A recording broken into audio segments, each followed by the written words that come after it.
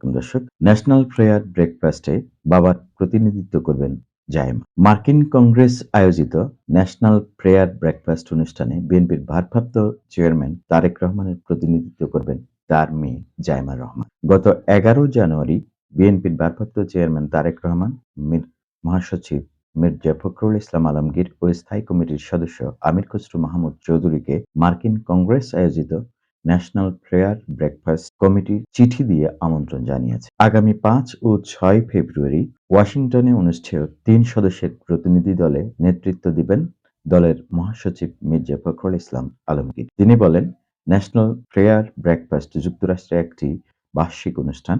এই অনুষ্ঠানে আমাদের দলের নেতা ভারপ্রাপ্ত চেয়ারম্যান তারেক রহমান সাহেবকে আমন্ত্রণ জানানো হয়েছে। তিনি আরো বলেন, তারেক সাহেব যেতে পারছেন না, তার প্রতিনিধিত্ব করবেন ওনার মেয়ে ব্যারিস্টার জায়েমা রহমান। উনি লন্ডন থেকে ওয়াশিংটন যাবেন। বিএনপির মিডিয়া সেলের সদস্য সাইরুল কবির খান জানান, আজ রোববার সন্ধ্যা ৬:৩০টায় এমিরেটস এয়ারলাইন্সের ফ্লাইটে রওনা হবে বিএনপির মহাসচিব ও স্থায়ী কমিটির সদস্য আমির খসরু মাহমুদ চৌধুরী। এছাড়াও ভারপ্রাপ্ত চেয়ারম্যান তারেক রহমানের মেয়ে জায়েমা রহমান লন্ডন থেকে সেখানে যোগ দেবেন। ন্যাশনাল প্রেয়ার ব্রেকফাস্ট হচ্ছে যুক্তরাষ্ট্রের জাতীয় ও আন্তর্জাতিক নেতাদের সংলাপের একটি প্ল্যাটফর্ম।